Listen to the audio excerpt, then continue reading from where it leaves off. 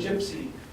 I always love the energy in the room for different types of film, and the energy in the room with this film was like so tense. Everybody was like, it was like everybody was kind of like fidgeting, and it's kind of like has a twist at the end too, because you really like it's like you were wondering what was going to happen and if the shoe was going to drop, but really it's you can argue it's kind of got a happy ending to it. Now, see, I'm not sure if it actually was a happy ending. I think it's the most interesting part is what you said.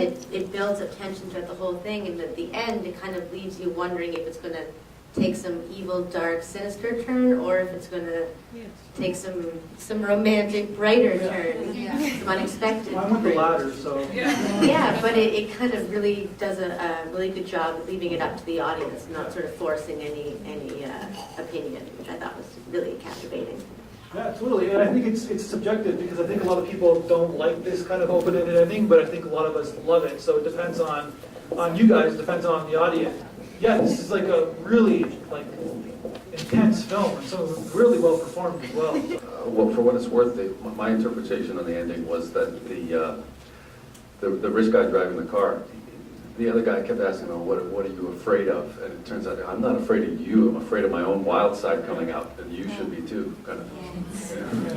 Yeah. Kind of like a really cinematic film as well. Like it's two guys in a car, but really the way he kind of like the filmmaker kind of moved in with the close-ups and long shots. Yeah, I noticed that it sort of looked a little dark and foreboding there a little bit for a while because the driver the perception was that he was quite nervous. He wasn't sure what was going to happen, and then when he started smoking the joint, it was like, who knows? You know, the whole thing could turn around and they could have a party together and have a great time. So it's hard to know how it's going to end. Primeira vez que conheço com esse nome. Chave de boca. Está na mala. Anda lá, conjute.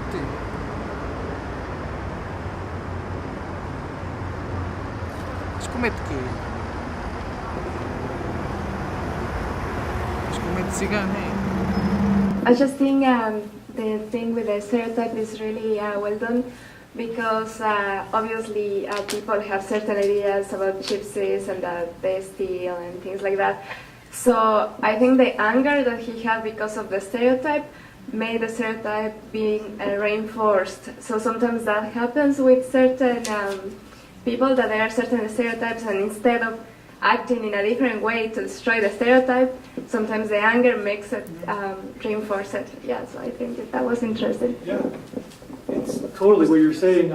We're just jumping on like where last film, there was a film last month, same kind of thing. Our perception is that this guy is bad and he's going to do bad to the gentleman in the car. But then the more and more you dig into it, it's our stereotypes or our prejudices that make us have that tension, right? So it's like manipulating us audience for it. It's kind of great. It kind of really works.